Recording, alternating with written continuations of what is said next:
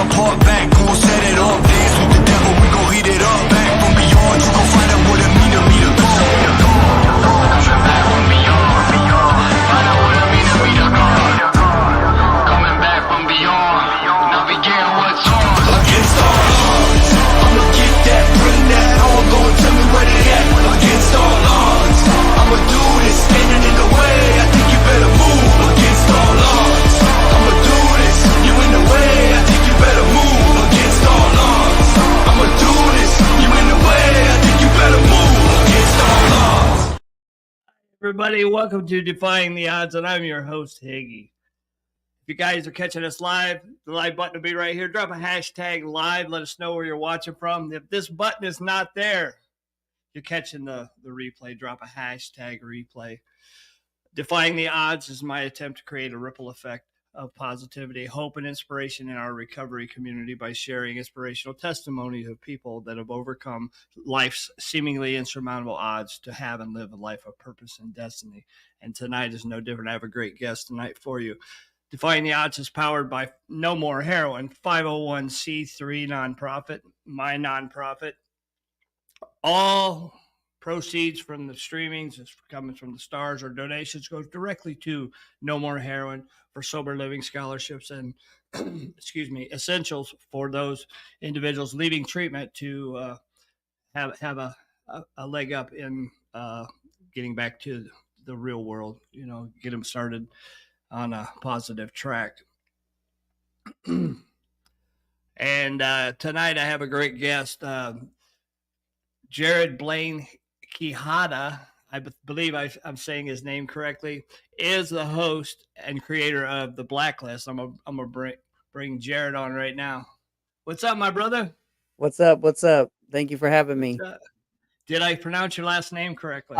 You did, but that's why I don't ever use my last name, is because it's so hard to pronounce. That's why I go by Jared Blaine. But to be verified, you got to have your legal name on there. So unfortunately, that's the way it is. But you're right, Jared Quijada.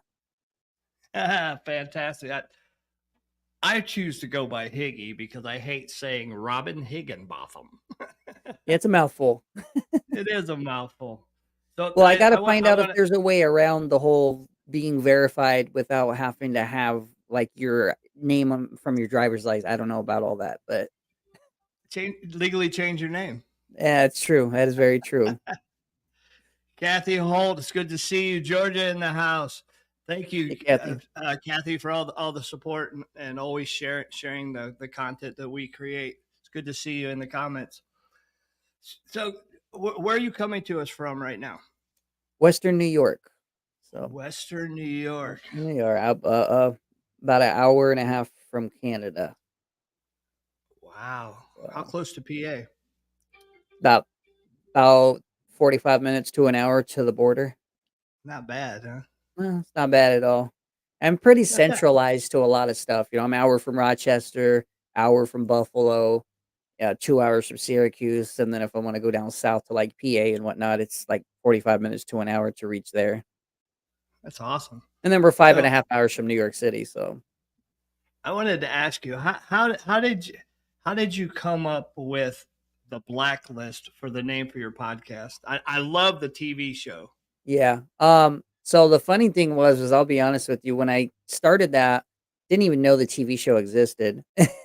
But I racked my name, I racked my brain for a long time. I'm like, man, what should I name it? I sat on the idea for like 2 years before I even pulled the trigger on it.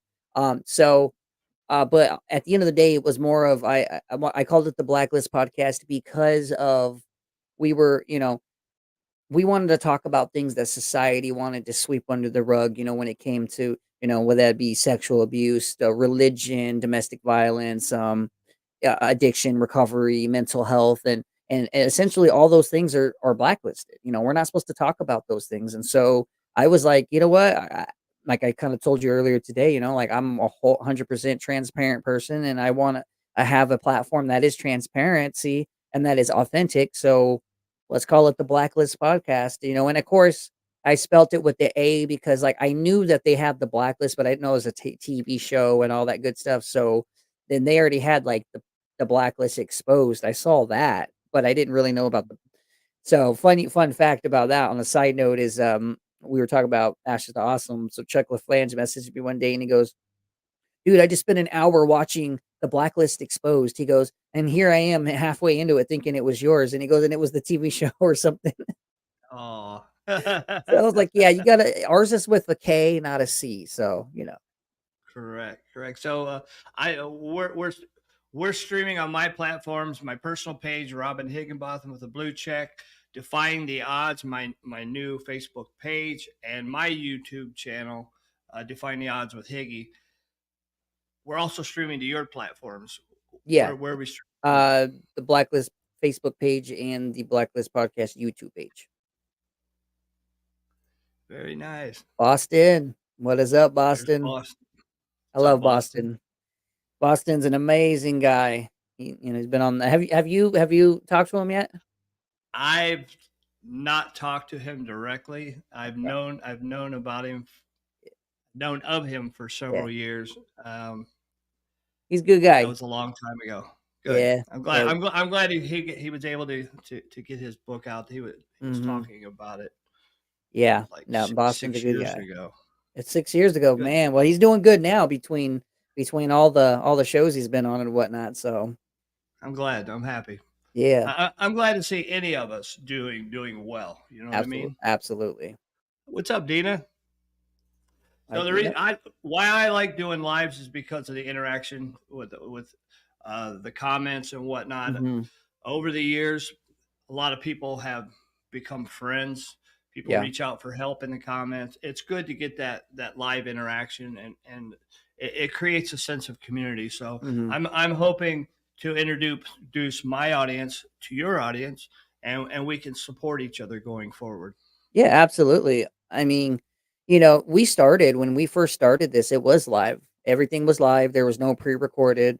But then I just kind of found it was a little hard for people to want to be available to do lives at times and whatnot. And so then we kind of just went to pre-recorded because people, a lot of people too are also they're afraid they're gonna mess up or say the wrong thing, especially live. And Mhm. so we could be, we can have it edited and whatnot. But I did realize though from when we were going live to where we took a break, then we started going to pre-recorded, that traction was just kind of declining because a lot of it was from the live or it was for the viewers. So now we're good though. Like now we do but then we do our weekly Friday Night Live Black Ash Radio.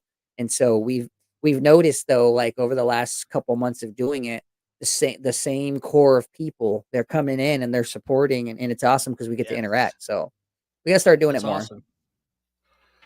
I love it. Yeah, Yeah. I'm just getting started. I think this is my 12th episode. So thank you for taking the time to do this. You had me on your podcast a couple weeks ago, Yeah. and it was a great experience. So Yeah. if y'all would please follow the Blacklist, follow follow Jared on his personal and professional pages as well. So with the podcast, what are you doing with it? Who are you interviewing? What is the goal and the mission Mhm. of the podcast? So the goal and the mission in the beginning, well, in the beginning, I just wanted to be, man, I wanted to help people. Like I wish I would have had, 5 years ago when I thought about, when I first got sober, there wasn't that many, I mean, hardly any recovery based podcasts. And so I just wanted to share my experience with other people. Then I was like, let's go ahead and share other people's experiences on there. And so we've had the opportunity to have people from, Sonia Johnson, the Kalichi, to Joe Nestor. We've had a couple people from reality TV on there that deal with mental health but again, it's not just influencers, like it's just the everyday person as well. Yeah, we have a lot more influencers than we do regular people, but that's not by choice. That's just because that's the way that it's flowing in. But Sure. I have plenty where they're just Joe that works the 9 to 5 and they just want to share their personal recovery, and I let them know though at the end of the day that it doesn't matter. um it doesn't it doesn't matter if you have a following or not. Like your story is your story. I'll reach out to people like, hey, I'd love to have you on, and they're like, but I don't have the following like half the people that you've had on. I said, I don't care about that. It's I the don't care. story, It's man. the story It's the because guess what? story. At the end of the day, your story may be the one thing that that one person needs to hear compared to, somebody that has 2 million followers, and that's what I try to, that's what I try to push in people's minds is I don't care about the following. I don't care about the clout. I don't care about all I care about is The quality over message. quantity. Exactly. The message. And so that's what Hey, we big do. mate. And Love you. then, and then we just, we're a small platform, but we're obviously doing some big stuff. We were dropping 2 times a week. I just recently had to make the executive decision for the next few months to go back to one time a week because I was mentally draining myself. I was burning myself out trying to edit 2 episodes a week to release. We record 4 times a week, doing a weekly Friday night live. So already right there, we're doing something 7 days a week, and it was just draining me. And so I Absolutely. finally had to just be like, listen, I have to take a break. Like I'm gonna do one Plus, you're episode a like week, me. We work full-time jobs as well, and I work a full time job. Yep, just like you. And I and try probably to work have a a good life 60 and plus hours. relationships. And that's the thing. Like even though Brianna does the podcast with me, like, even though we're doing this together, that's not quality time that we're spending together, like that's work, so us trying to like maintain our home life and our relationship with everything else, it's just, now if we did it full time, 100%, we could all day long, but until that happens, it's what we're doing. And so now I did realize though I had to take my step back and just work on it. Dina says self care is everything. Absolutely. Self care for sure. You have to For be sure. selfish in your own recovery as well as your own self-care and whatnot. And so that's what I'm doing. Instead of pumping out content, for it's just because if I keep doing that, I'm gonna burn myself out and I'm just gonna like not want to do it in general. So gotta Been do what there, you gotta done do. that. Yeah. Yeah, Yep. we got to take care of ourselves, and I will say that I'm of the same thinking as you. I really believe that our stories are the only real weapon we have in fighting the stigma of addiction, Hmm. mental illness, trauma, suicide awareness, all these things. So Yep. I'm with you on that, Andrea. We love Joe Nestor around here too. Hey, Andrew. Yeah, Joe's an awesome guy, amazing guy. Um, it's funny because you see these people on one standpoint from them, speaking and doing their music and all that, but then you get to sit them down on a screen and just spend a genuine hour with them, and we're just like, wow, like there's a whole nother level to these people, and it's amazing because they're just human beings just like us that have been given that gift, that they're using. But Kalichi, Joe Nestor, Logan Bruce, Matt Keegan, all these guys, they're amazing. All these guys are amazing. They're truly gifted, and They are. the message they have is relevant and pertinent to Yeah. what we deal with every day, in our community. We're dropping tomorrow we're dropping an episode. Now we're going to we were Mondays and Fridays dropping. Now we're just gonna for the next few months drop every Friday. So we're Okay. dropping Lyman Good, and he is a UFC pro UFC fighter. He This guy is just is a beast. And so his episode's dropping tomorrow. Very emotional episode. It was super emotional, but it was almost a 2 hour episode. But this guy, he's doing some stuff. So but it's really cool because we're getting to break into the field of like MMA fighters and UFCs and whatnot, and people that are in a male dominant sport to see them break down and literally just be able to be on a platform just to be able to be human like that's the coolest thing about it. I love the fact that these individuals that have celebrity status, if you will, Mhm. are speaking out and are vocal about their struggles with mental illness, Mhm. addiction. They've seen a lot of tragedy in their lives too, and they use their platforms to raise awareness. There's a lot of Yeah. musicians coming out as well, Mhm. actors, politicians, things of that nature. Yeah. And we need those people. And some people are against us paying attention to celebrities, but when they use their platform for good, Yeah. that's a powerful thing, and it speaks to the the quality of the character that they have as well, because they Yeah. can do anything that they want, right? Yep. Yeah, they could do anything they want, but they use their platforms, because they know what it's like. And so, they know what it's like. They know what it feels like to be at the bottom of the barrel, and the fact that, and so it's awesome that they are able to use their platform to be able to spread that awareness. And then not only using their platform, but they're coming onto other people's platforms sharing the same thing. And it's just cool because it's not like this whole competition thing. It's like we're all doing the same thing at the end of the day. And it's cool because, like, me and you and Hard Knocks and Chuck and Ashdod, like, all of us we can like have the same people rotate through and whatnot. And it's never like who can have the bigger guest. It's just like cool, like you have somebody that we just had, bro, Hmm. that's awesome. Like, and then somebody else and somebody else. And it's never a Yes, competition type thing. it Um, should never be a competition. Unfortunately, there's some bad apples, but that's the way life is. But Yeah, we got a solid, tight knit recovery community out here. and we shared this between ourselves when I did my podcast. Any guests that I have that you feel would be a good fit for you, please feel free to reach out to them. I'll plug you in wherever I can as well. Yeah, and same for you as well. That's community right there. Yeah. So I want to get into your story.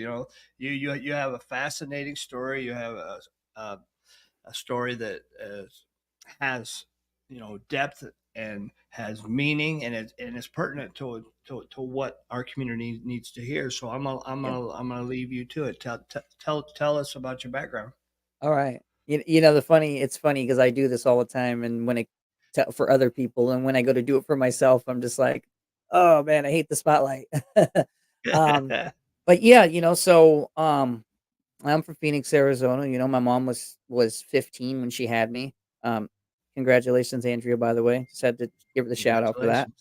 Congratulations. But my mom was 15 when she was pregnant with me and when she had me.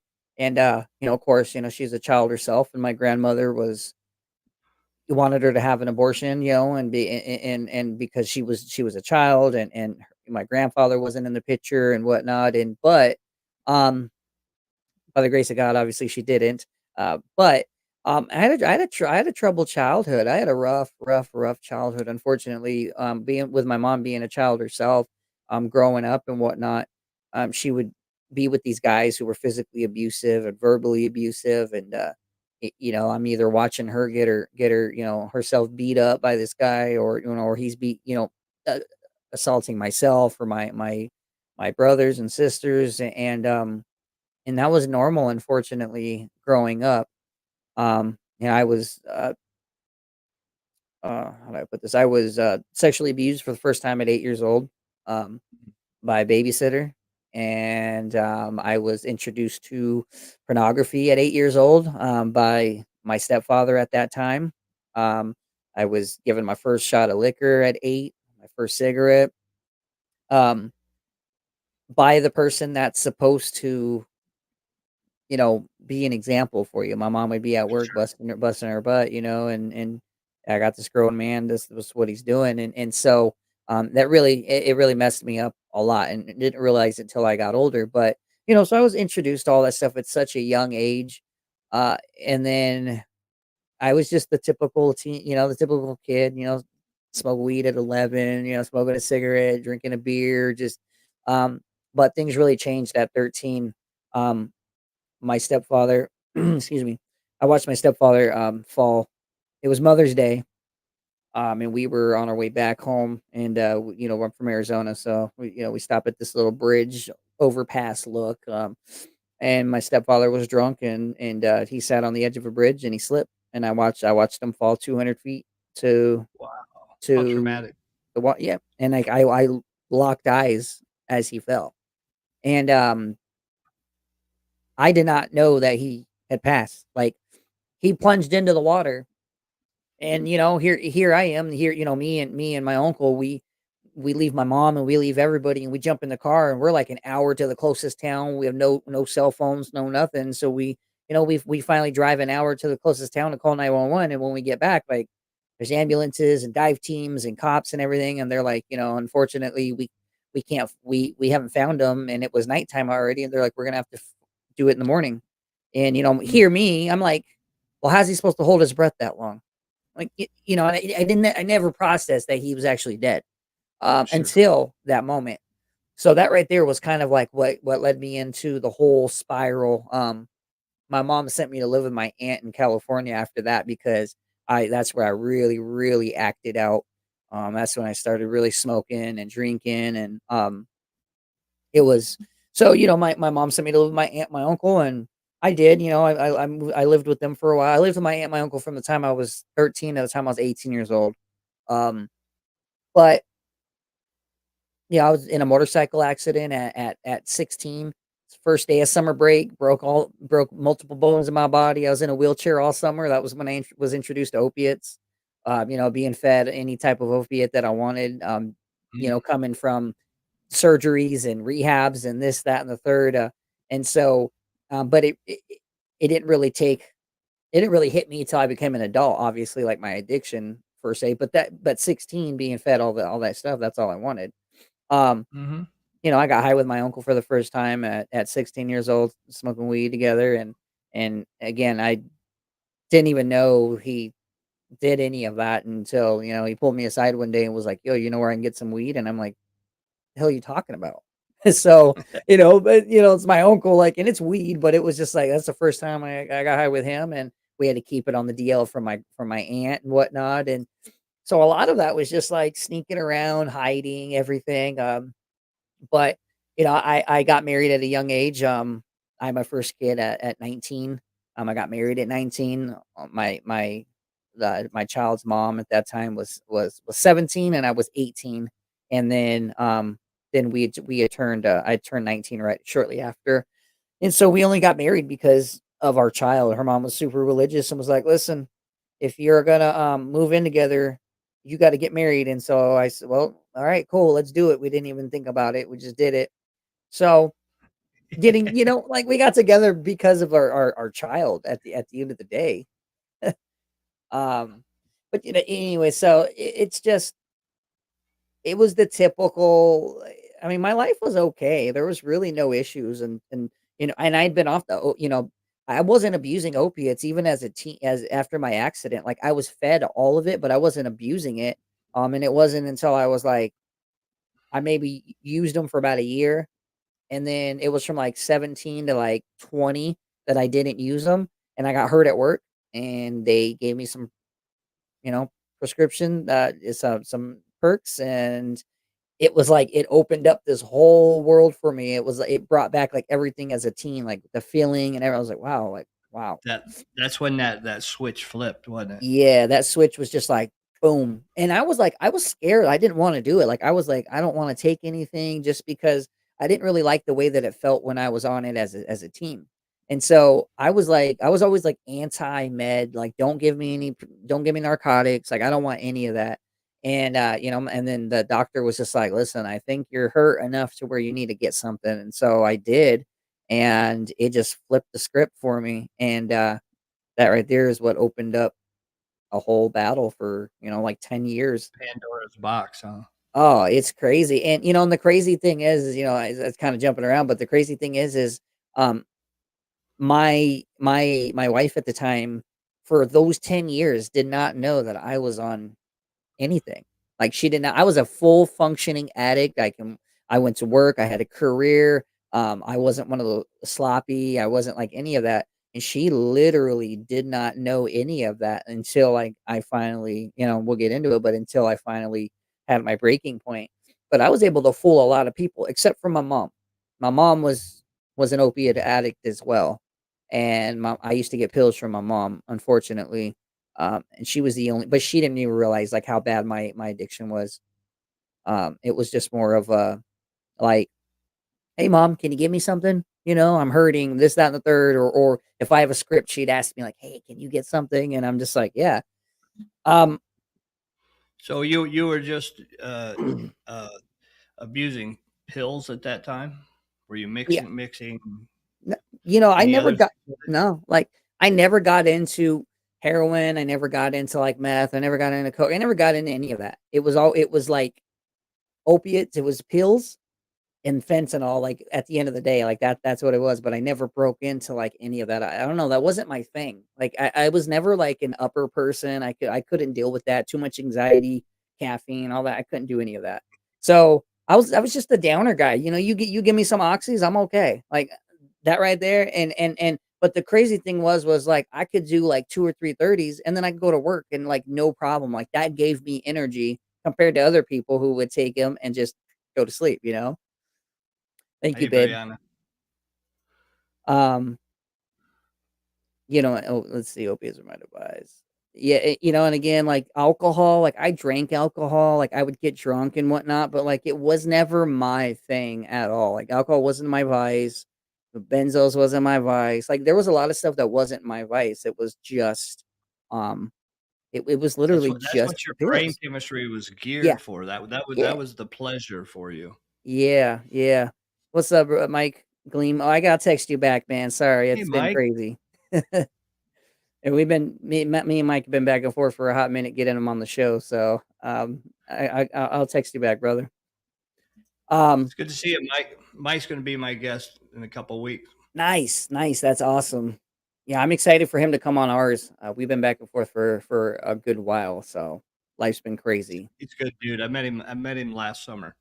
Yeah. Very, very Did you go to south. the where at Warsaw at the Yeah, festival in there? Indiana. Yes, Yeah, yes. yeah, yeah.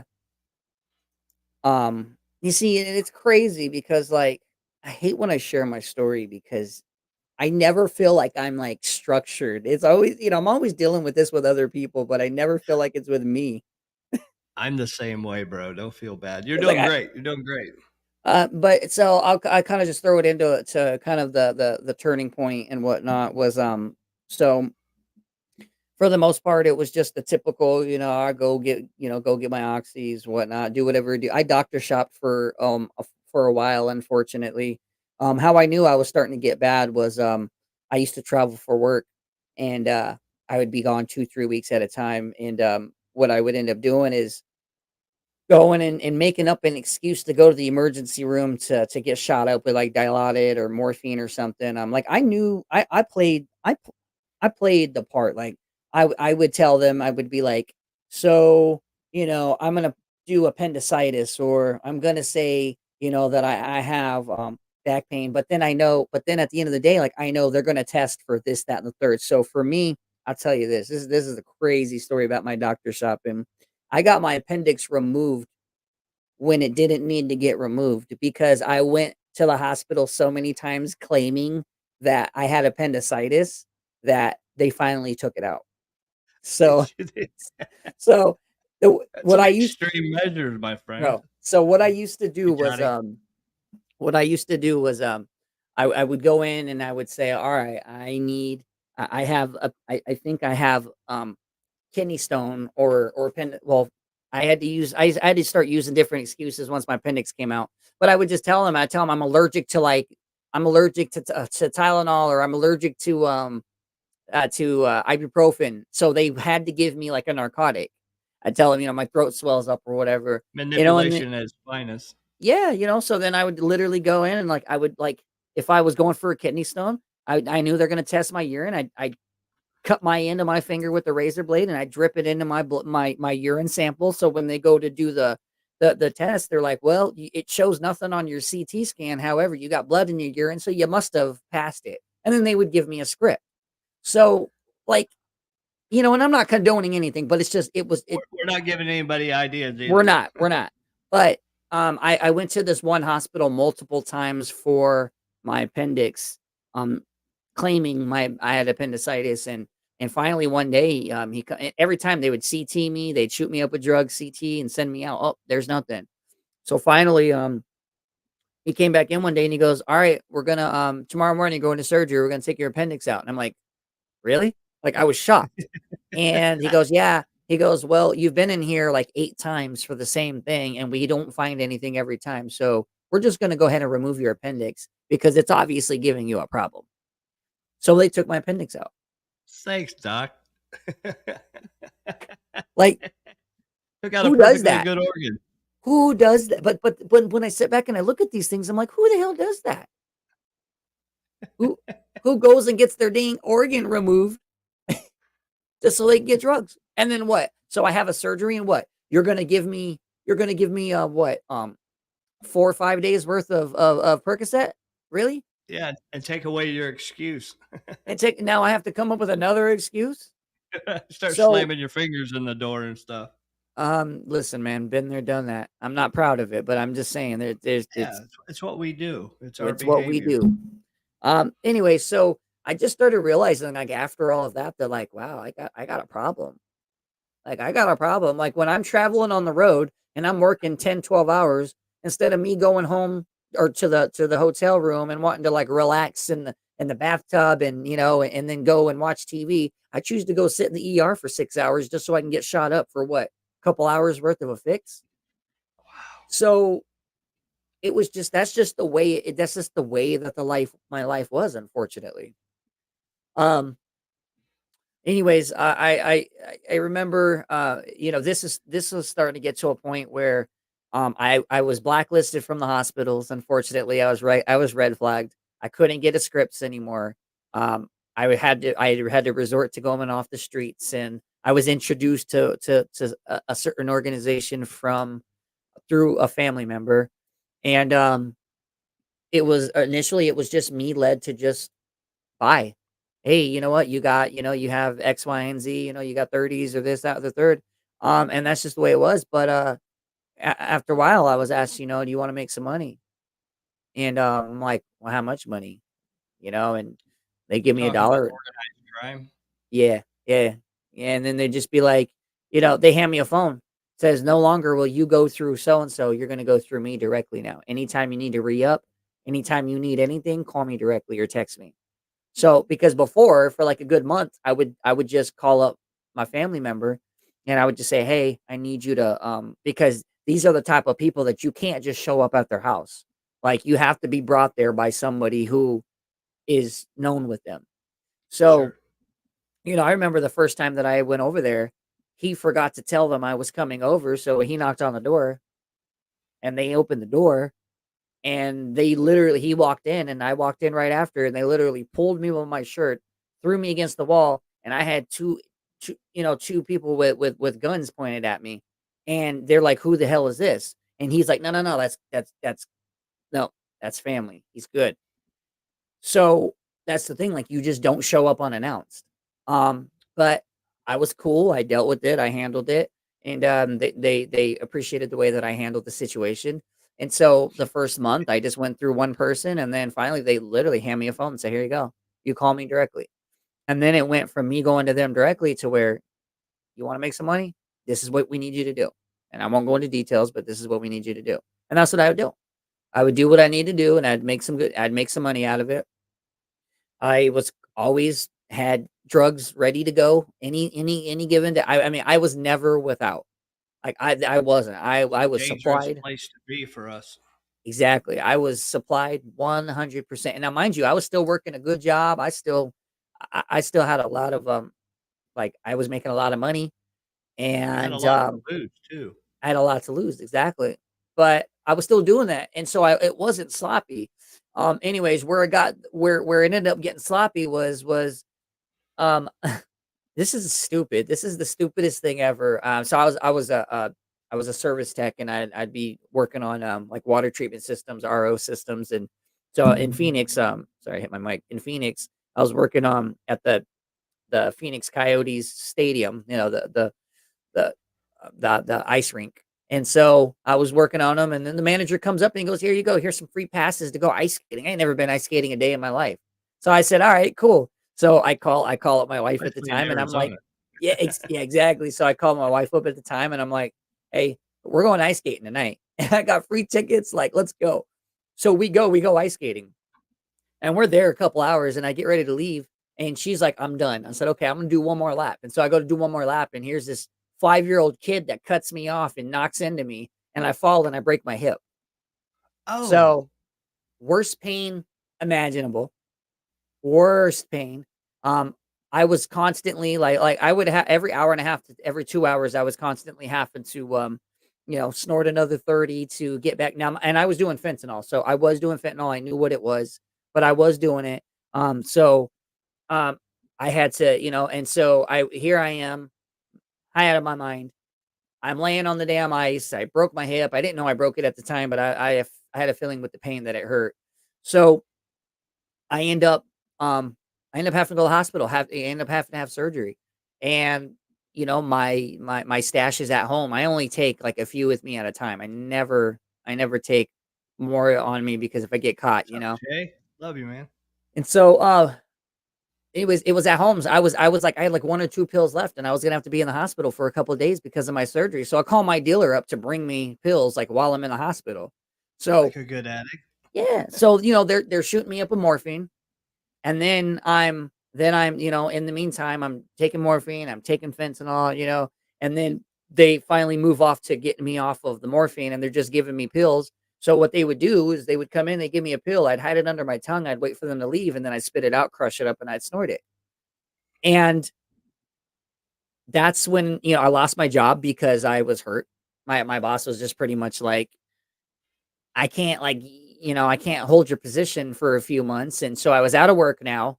So mind you, I couldn't drive, so I couldn't go make money with the organization. I couldn't go to work and make money.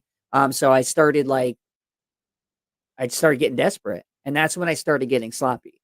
I started pawning stuff, and I started doing all kinds of stuff. But I I walk in one day, I go to re-up, and I walk in to a certain situation, and I get forced into forced into an ultimatum by these guys that they give me 2 options, this A or B.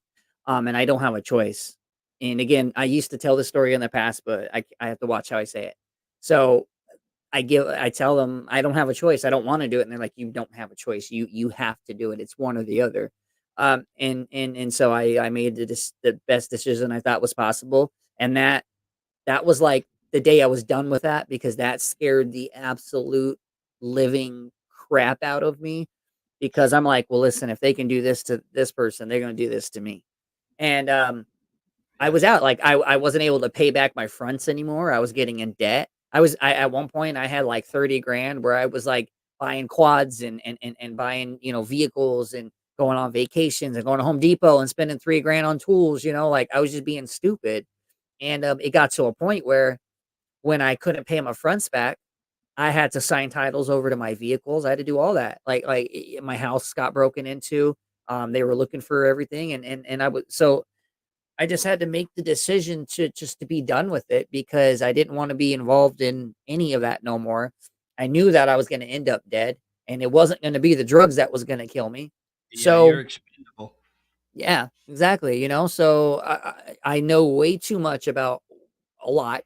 So I literally I pay everything back. And then I pack every single thing up that I owned, and just moved 1,100 miles away to Texas and started my life over. So Wow. Yeah, it's I lived in Phoenix for 8 years. yeah, I'm familiar with the it's whole crazy, huh? landscape. The whole landscape. I was in a different arena. I was cooking meth with bikers, but the the whole atmosphere of death and violence was just common, you know. Yeah, And and these you people see it do on a daily basis too. they do not play. They do not play. And that's the thing. Like, people didn't understand. Like, these aren't some like dime bag selling, teenagers off the side of the street. Like, no, they're not. Like, I mean, I'm sure Organized, people can catch my drift on what it was. And so, organized. yeah, and it's crazy. And you don't mess with these people. Like, these are the people you do not screw over. Um, again, somebody screwed somebody over, and it resulted with they're no longer alive. And I'm like, that could be me. I don't want, I don't want any of that. Like, that could be me. The Eh, lure of easy money, right? As the song ah, goes. easy come, easy go. That's what I've Yeah, heard, man. Easy come, easy go. it's true. And dirty money never lasts. Yeah, absolutely. Just cooking meth for It's bikers. just a normal Wednesday cooking meth for the bikers. Yeah, yeah. It could have been a Monday or Tuesday. Right, right. But it's crazy. Now that I sit back and I look at it now, and I'm just like, thank God I made it out because Yes. I shouldn't have. 100%. By the grace of God, I'll say this. I've never been arrested. I've never been caught up. I have a clean background, thank God. Good for Um, you. but I I do shouldn't. not. But that's the thing, bro. I shouldn't. I really, really shouldn't. So what made you decide to give recovery a shot? Well, basically, when my ex-wife found out everything, like everything, um, I had 3 kids, and like she gave me an ultimatum, like drugs are drugs are us, and my kids are my everything, like absolutely my everything. And I said, you know what? Everything else in my life hasn't worked out up to this point, so why not try it? I tried. It took me about 2 months before I officially got sober. The first 2 months were brutal because, I know everybody. I know all the hookup spots, like, I know everybody knows me, so I wouldn't make it past 24 hours because it was either A, they were calling me like, "Yo, you need," or B, I was waking up at 2 a.m. in pajamas and boxers and no shoes and hop in the car and leave. It got so bad to the point that my ex had to like hide the keys at night. She had to hide money, like in certain places, because like literally she'd like wake up to go to the bathroom, and by the time she came out, I was in the car and I was already down the road. Um, That obsession and craving is real, isn't it? I mean, I remember showing up to my dealer's house at like 3 a.m., just pounding on his damn window, you know, and I get there and I'm just like, and finally he's the one that ended up telling me, dude, you have a problem. I'm like, for my own dealer to tell me that I have a problem, like, and this was somebody that I used with on a daily basis, and Yeah. finally showing up and he's just like, brother, you have an issue. Tim Lodgen says this was your path, brother. You had to live in the darkness to appreciate the light. Amen. Absolutely. Tim's going to be on with me this Saturday. Y'all need to tune in. Yeah, that's awesome. And I agree, Tim. A lot of people don't understand my journey because they've never been into that type of environment, especially even Hmm. when it comes down to the organized stuff. Um, p- it's one thing to use drugs, and it's one thing to use drugs and be involved in that. And Right. some people have never been so. The stories that I have, or the things that I've seen, or the things I've had to do that weren't by choice. People are like, dude, there's no way, and I'm just like, but it is, and it's my story.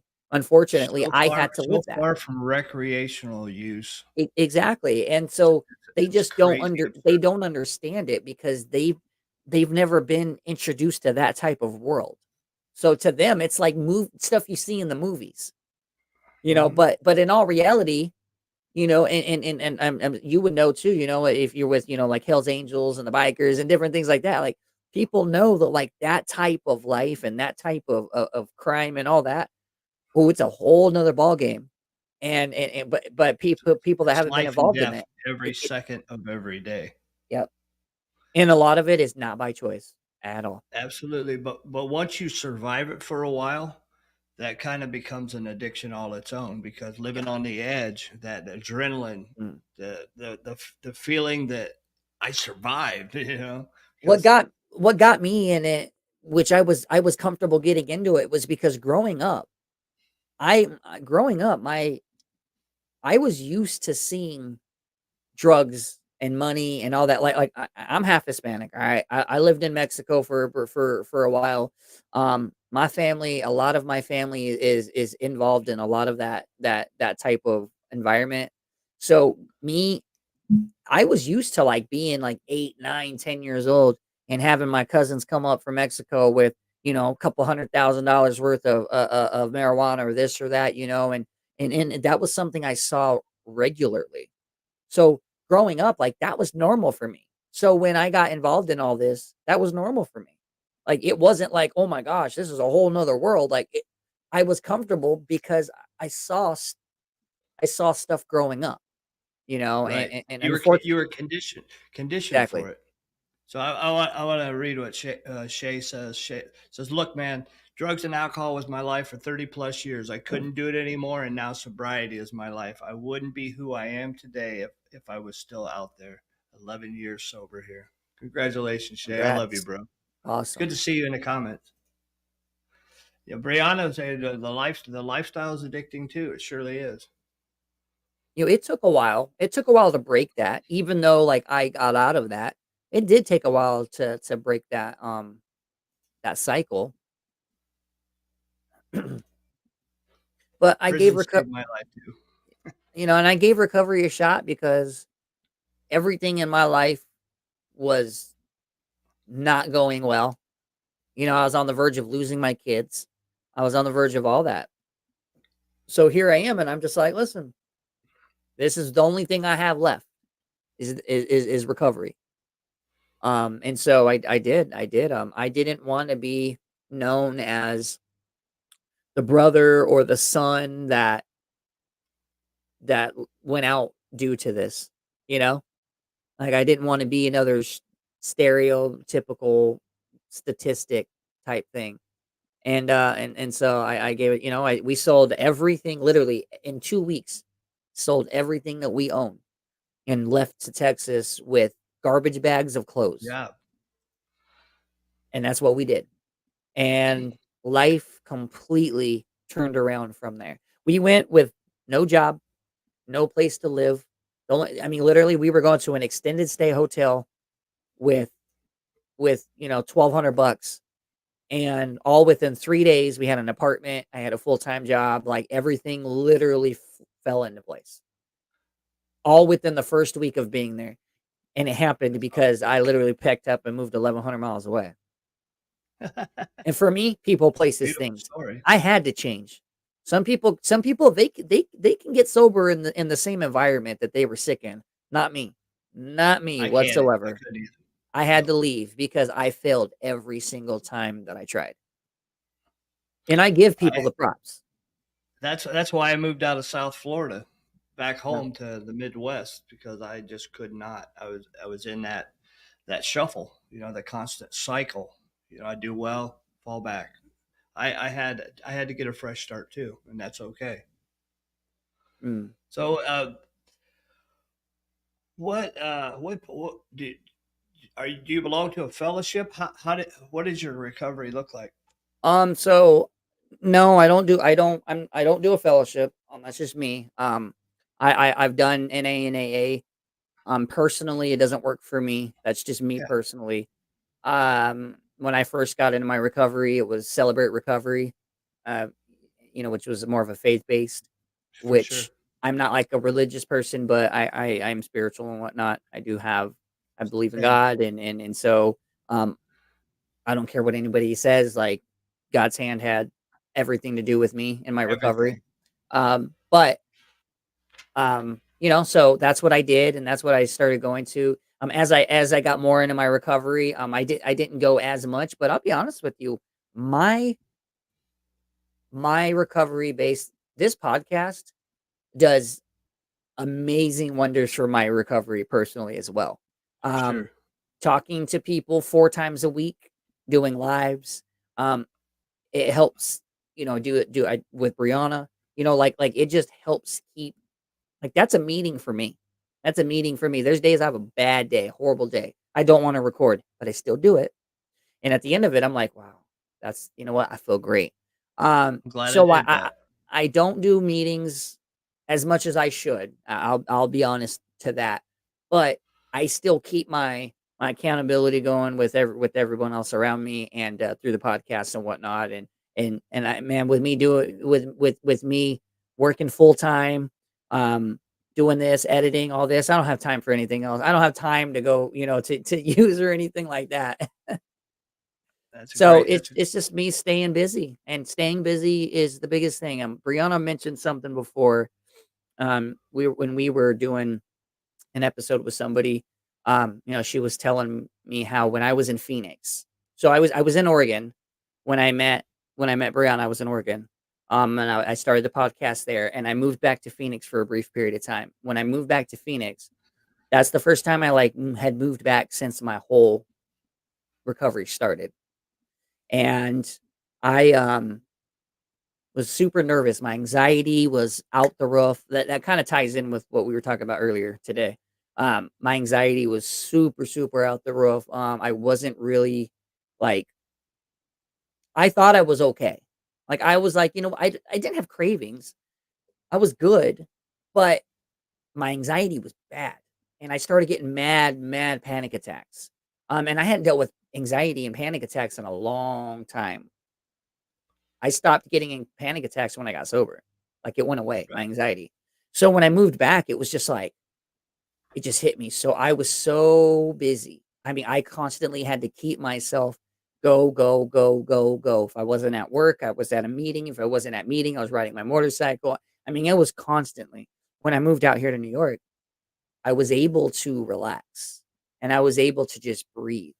And she mentioned, she goes, Jared went from having to be 100 miles an hour in Phoenix to coming out here and he can actually relax and breathe. And I don't feel like I have to constantly keep my guard up for like all these different things.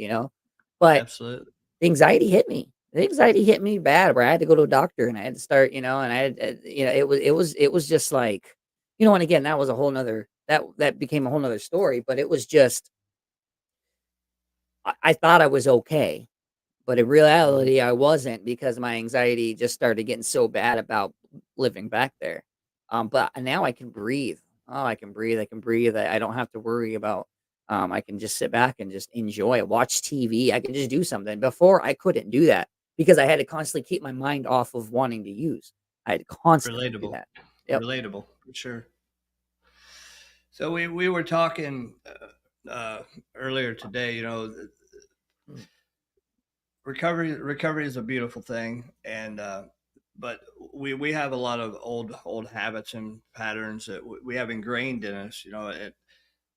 Recovery is not sunshine and rainbows all the time, Yeah. but given the alternative, Right. it's easier to deal with life stresses and traumas in a Hmm. in a clean and sober state of mind, isn't it? Yeah. Yeah. And I use like this my situation when I was as you can be in recovery. Unfortunately, like you could be in recovery and still be a crappy person. And I was like, I didn't want to be. That was a situation that I went through, and it was just like people think, man, you get sober and your life is amazing, and everything is just like perfect. And I'm just like, no, no, not No, even like. And so for me, like I had to learn how to deal with life on life's terms and doing it without being on a substance and this, that, and the third. Like I said, my hey Joe. anxiety was a big thing for me. It was a huge thing for me. Um, I dealt with crippling anxiety my whole life up until I got sober, and then it went away. And then all of a sudden it comes back after 4 years. Mm. Now I don't deal with any of it. I mean, I'm 100%. It's been well over a year since I've had to be on any type of anxiety medication or anything. So now I don't have Fantastic. I don't have to. But when I was there, I did. And I don't know if that's just me being back in my old environment or what. Yeah, there's a lot of stress to being in an environment where you were doing too much. You're involved Mhm. with everything. Just the whole environment, it can be stress inducing. Um, where can people find the blacklist? Yeah. So our website, theblacklistpodcast.com, BLAKLIST.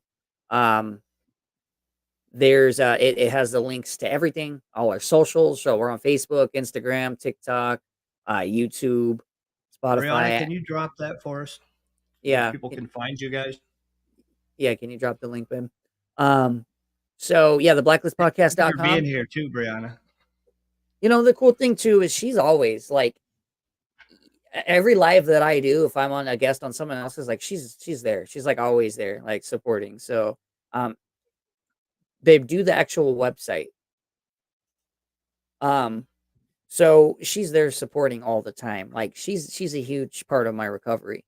Um you know, I thought I got divorced and my kids moved away and everything, and like I wasn't sure which way life was going to go for me.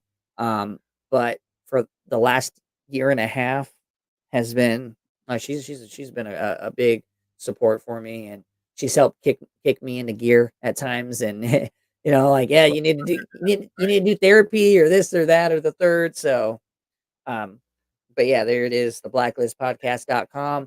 We There drop you go. we drop episodes, you know, it was every Monday and Friday. As of right now, it's just gonna be every Friday for the next few months.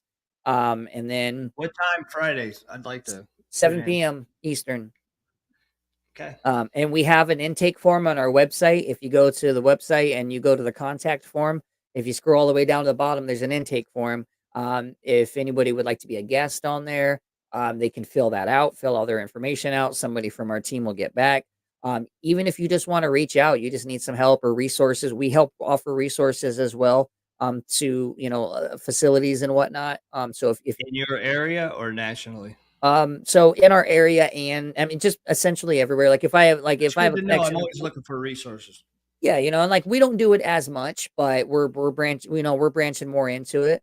But if somebody comes, like, you know, I know 4 people in Florida, like, you know, you and multiple others, and I can just be like, here, do this, that, and the third. So, but there's a tab on there. They can go in there. They can just send us a general email if you need help with anything. Just like Brianna says, we do lives every Friday night at 9 p.m. Eastern. We collaborate with Ashes to Awesome, and that's the Black Ash Radio. Brianna and another mother is starting a mom talk on Sundays. They're going to be doing a live on Sundays talking about Good moms in stuff. recovery. Good stuff. So, and then of course, you Very know, cool. Facebook. I got my personal Jared Blaine Yahada, but everything else, that's the only personal social media I have. Everything else that I have is for the Blacklist. Some Andrea says Love love Ash. Ash is Yeah. awesome. Andrea is always every Friday. She's always there. What's up, Cooley? Hey, cool. Hey, Cooley's Cooley. tuning in from our YouTube. So good guy, doing some good Very stuff over nice. there. Okay, so we're coming up on the hour. What words of encouragement can you give somebody out there struggling? You know, to maybe want to reach out for help, want to change the path they're on.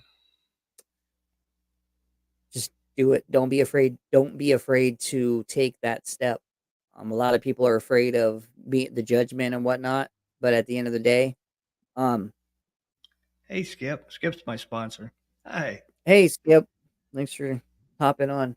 But at the end of the day, is put that foot in front of you, and put the other foot right in front of that, and keep just get yourself accountability. Get yourself an accountability, whether it's in a meeting, it's a sponsor, friends, just somebody. But just reach out, pick up the phone. That's my biggest thing is pick up the phone. Um, Especially early on in recovery, if you're struggling, pick up that phone.